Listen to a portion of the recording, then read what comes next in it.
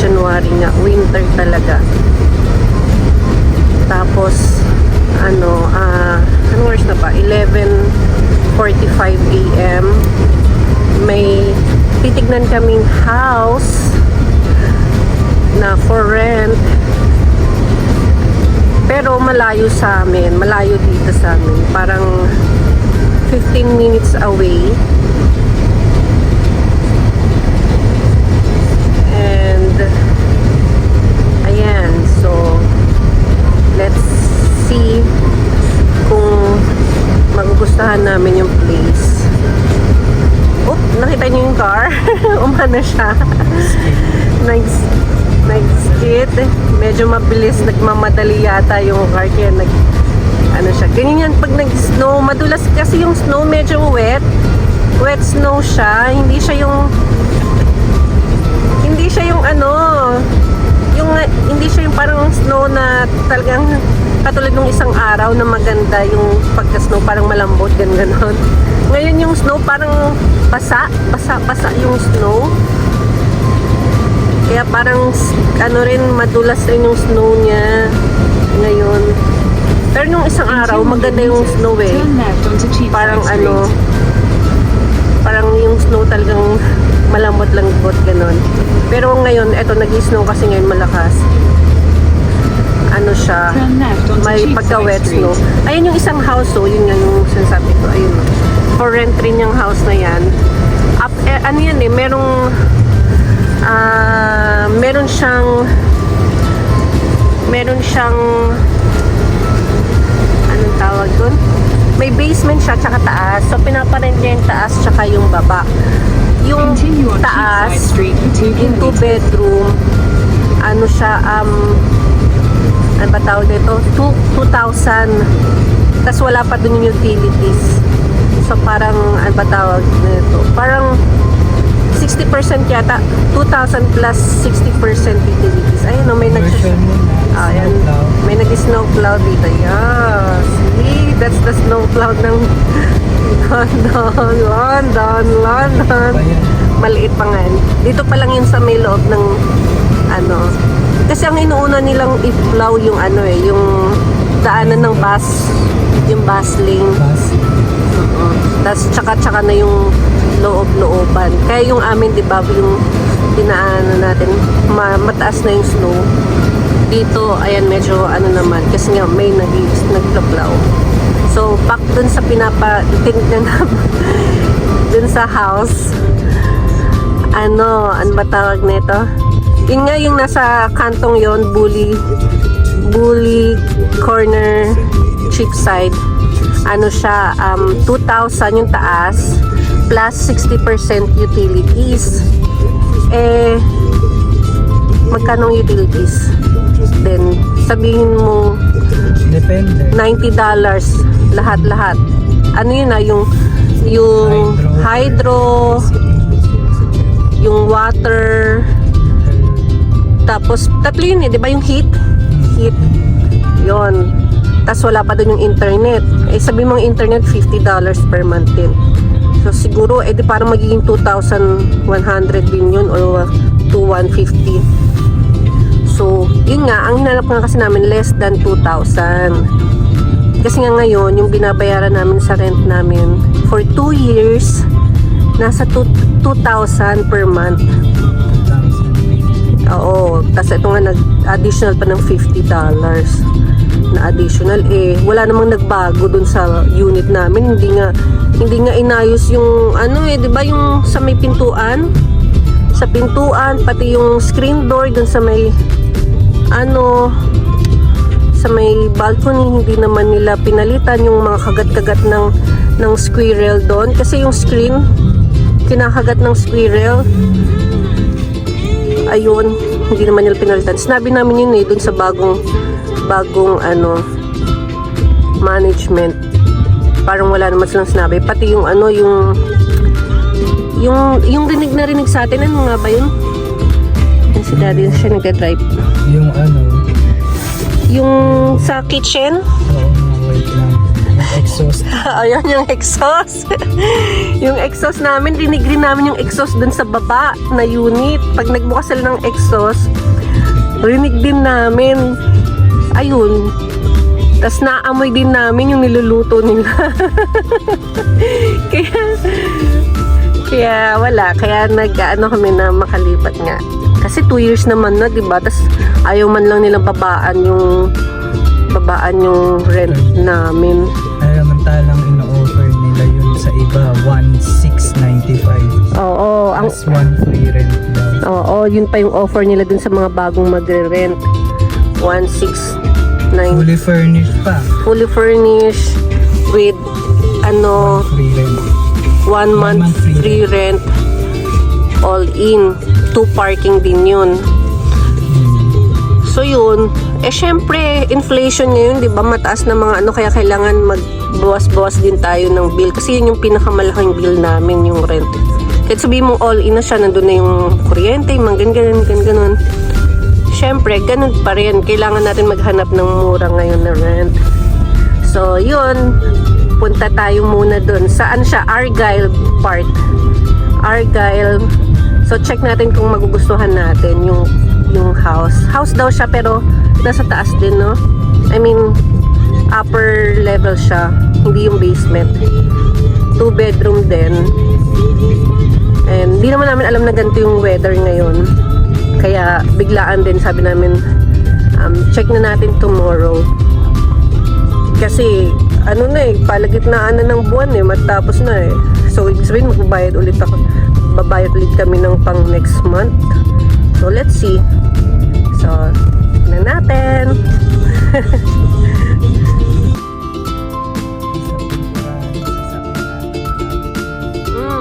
Malapit siya sa may yung nag-rent ng car. Oo. Saka KFC, chat siya ng KFC. Hindi pala ng Tim Hortons.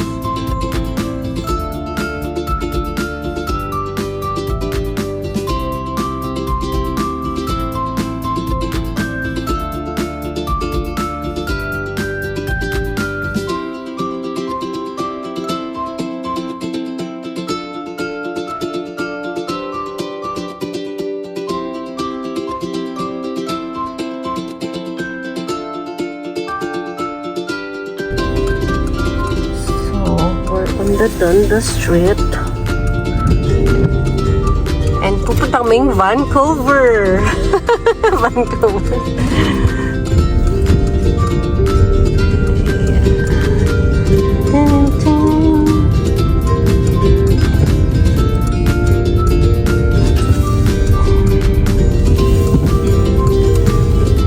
Tapos din yung South Bridge. Ay, sa may Delmar na.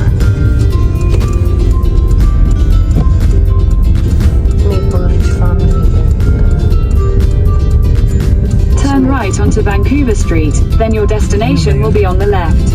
Ayan dyan sa may pagitan ng KFC at ayun Vancouver Street. Tapos ayun na siya. Yung may ang tawag nito, fire hydrant. Your destination is on the left. Oo, kasi baliktad, dapat dito ka sa kabila.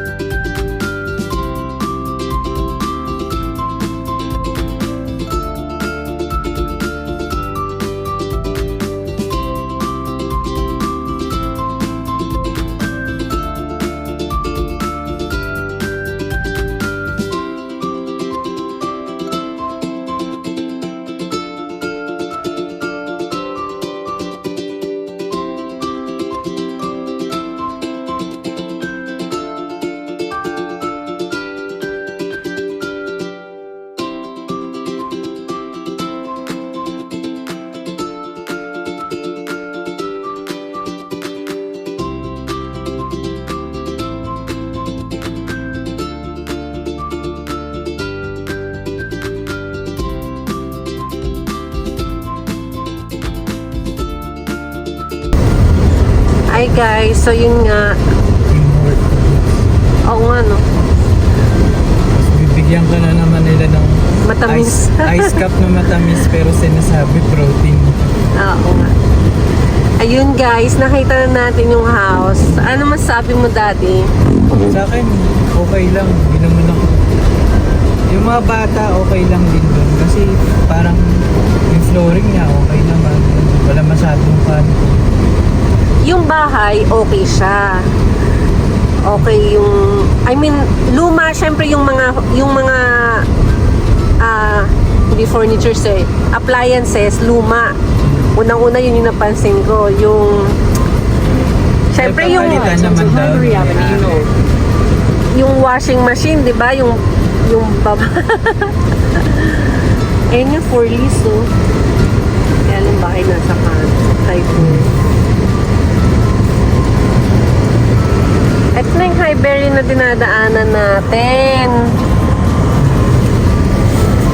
Mount Bridges yun. So, yung syempre, unang-una napansin ko doon yung Continue on Highbury Avenue yung appliances North, 3 niya kilometers. old na. Tas bahay pala nila yon. So, parang extra income nila nun, no? Pinaparentahan nila. Tapos,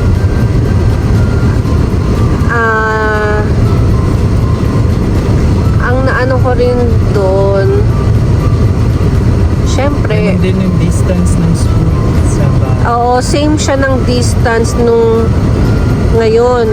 distance ng bahay. Tsaka sa school. Kung lilipat sila Bonchi dun sa doon, yung school malayo rin. Yung lalakarin.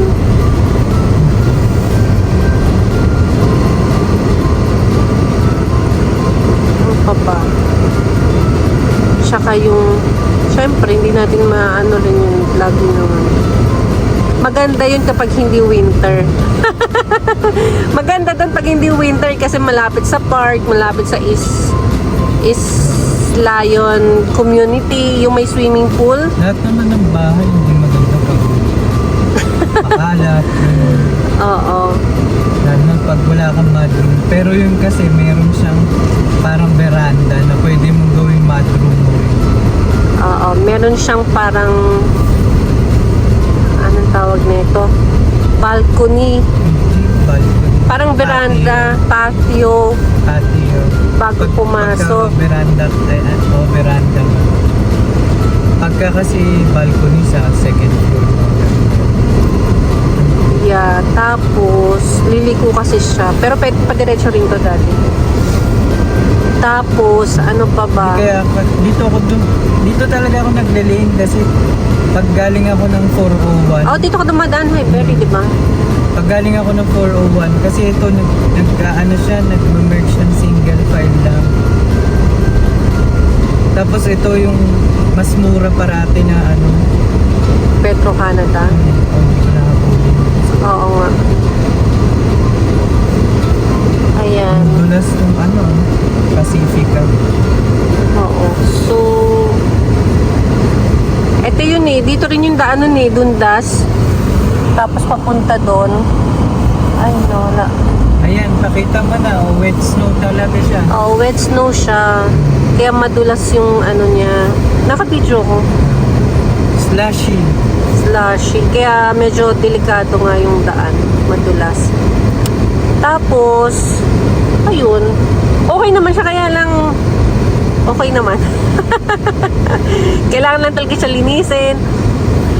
Sabi naman nung may-ari, Filipino din. Oo, sila may-ari. Kakapintura pa lang daw nila, tsaka kaka-repair, kaya hindi pa naman daw ganun nalilinis pa. Oo. Pero okay siya, malawak, ganun, compared sa atin. Tsaka nasa taas. Nasa lang siya, nasa Oo. ground lang siya. Oo. Liliko siya. Pasika. Naka-clutch, oh, tignan mo. No?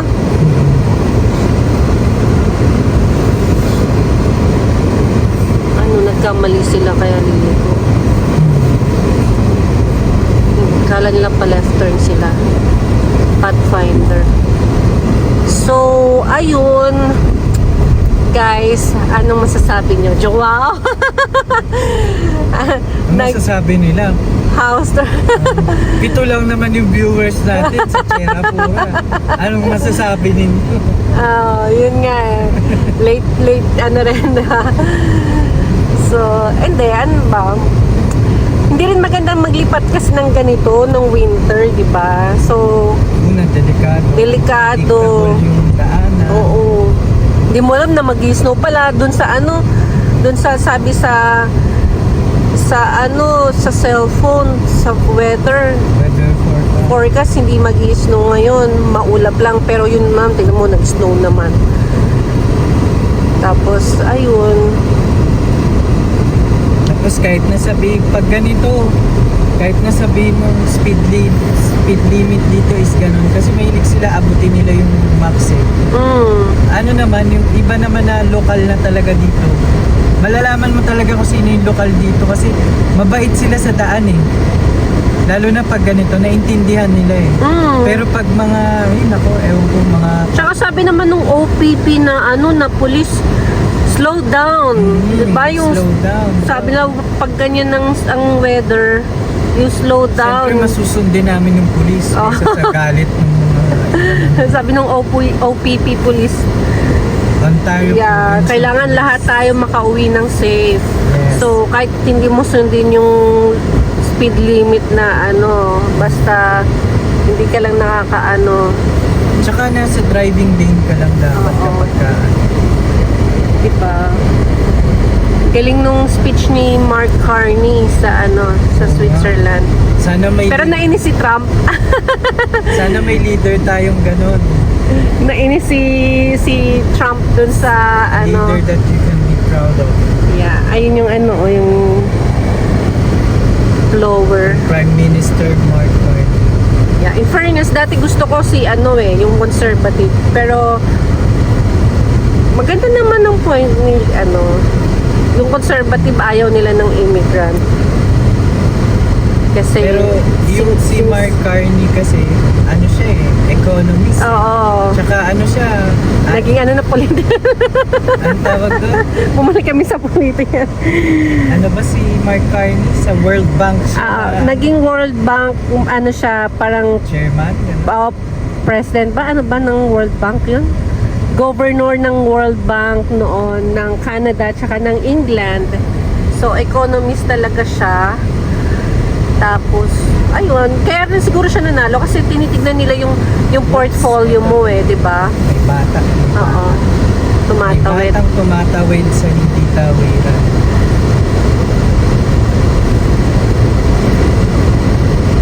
Yeah. Pagbigyan mo na bata pa nga eh.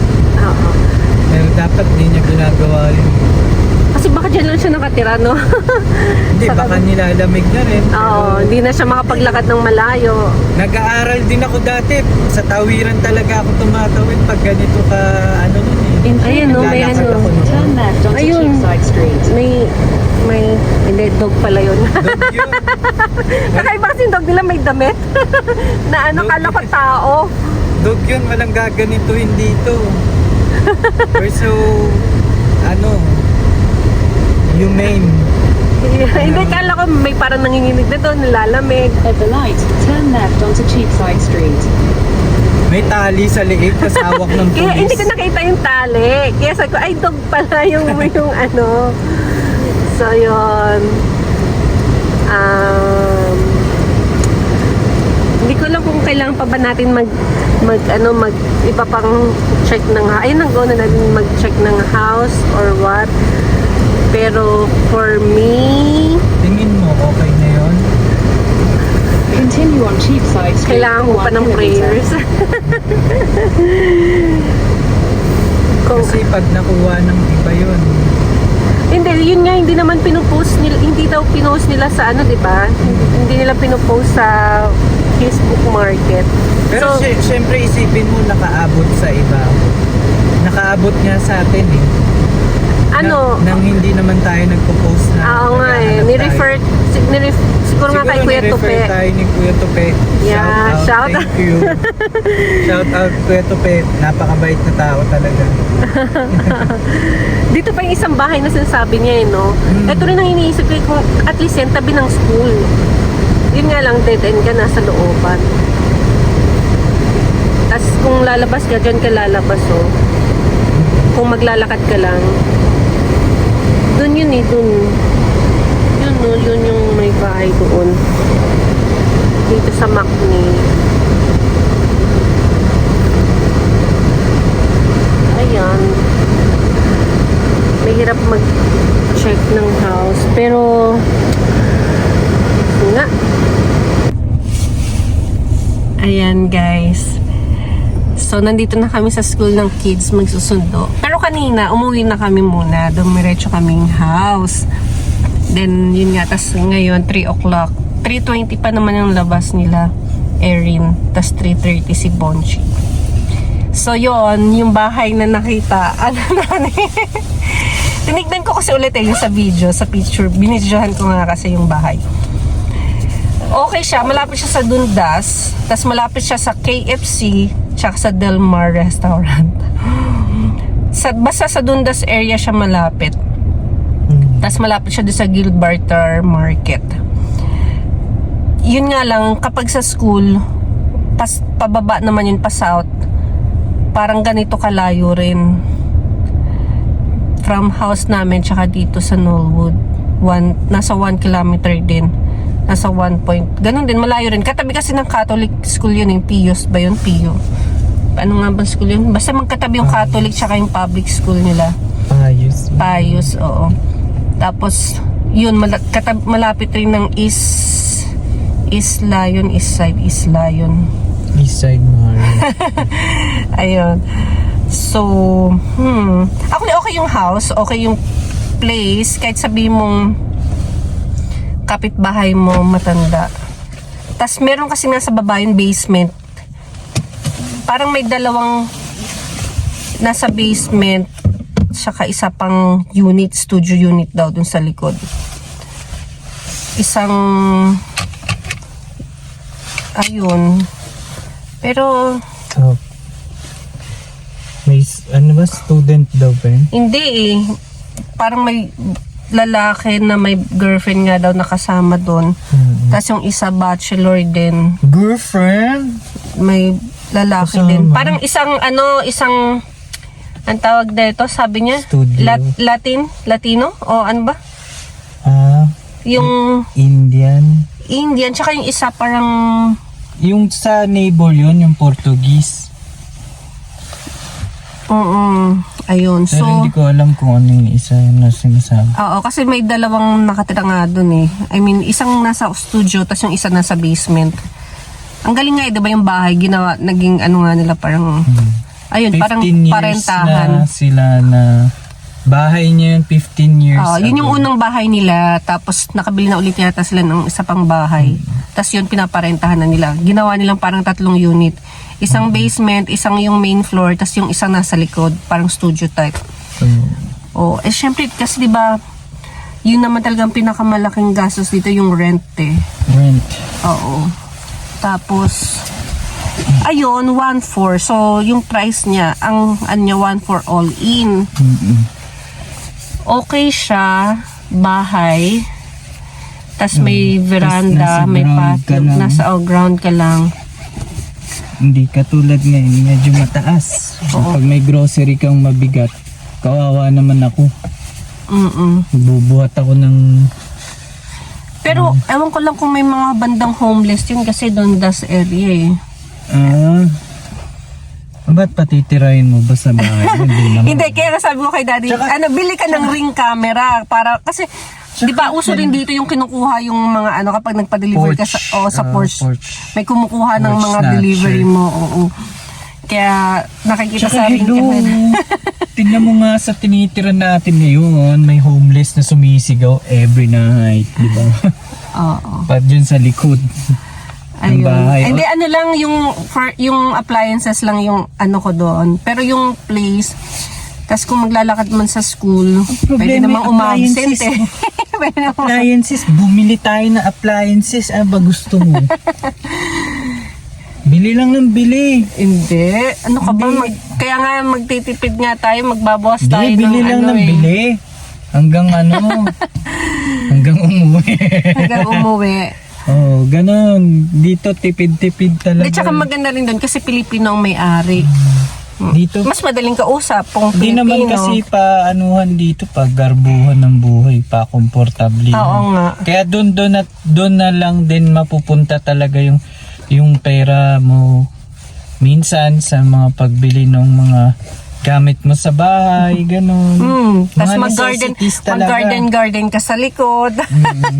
Hindi, Mga pero, necessities. Pero pag mga wants, pwede naman yan paminsan, ganun. oo. Kasi actually Good sa akin yun, yung Oo. bahay. Good Actually, siya. sa Pilipinas, ganun din naman eh, di ba? Siyempre natatakot lang kasi first time namin. Lilipat ba kami o ano, ganyan. Siyempre, Kung ano naman, siyempre nakakaano rin. nakakatakot. Nakakatakot din. Nakakatakot kasi kasi first ulit. time namin, oo, ulit. Ulit, lumipat ka nga ng ibang bansa eh, hindi ka natakot eh. Ngayon, Bahay. ibang bahay lang na. Tapos Hindi mag-part-time kasi- ka dun sa KFC o Hindi kaya kasi dun sa dati- Del Mar restaurant. Dati kasi, nung lumipat din tayo kasi, Kasama natin kasama sila namin mama. sila mama. Kaya, Oo, kaya okay hindi tayo lang din. natatakot na. oo, pag may gastos, ganon. Mama, tito, ganon lang. Joke lang. Ngayon, kaya na talaga. Oo. Pero Hindi, okay ano kasi kasi 1-4, kaya- di ba? kaya rin Parang goods na yung nakakatakot. 1-4, parang all in. Yun na nga lang talaga yung appliances. Kaya din nakakatakot lumipat. Ay, hindi nakakatakot lumipat nun. Kunyari, may mga kailangan tayong Ay, gawin may nun. lumalabas na pero Mga kailangan gawin nun. May iwan ka pa nun. Si Tita Judy nun, hindi pa... magiging malayo pala siya kila Tita Judy, pati kila Jen. Oo. Kasi Kila Jen. Argyle siya. Doon siya sa east masyado, east side na siya. Malapit na siya sa airport, London Airport. Hindi man ganun. Malapit doon sa Argyle Mall. So ngayon, Gilbrethar. pag Basta nagpapasundo market. sila mama, pwede. Highbury ang pwedeng daan. diretso na lang kayo sa airport, doon na lang Ng namin London kayo sunduin. Ganun. Oo. Tsaka Para hindi Highbury na talaga yung mag-travel. daan mo. Hindi, ano siya, ayun. Yung east side kasi ng London, yun yung more ng maraming factory. Kaya sabi nila hindi daw maganda sa east side ng London kasi nga yan yung madaming factory, yung mga sasakyan, mga ganun. Kasi malapit sa airport. Pwede rin mag-part-time dun. Kaya Factory. mostly ng mga puti alam ko nasa west side. Na daddy, sa Boulder Mountain, mga ganoon. So, So ayun. ito, anong Ito mostly kasi- nandyan? Ito, medyo European banda dito daw eh.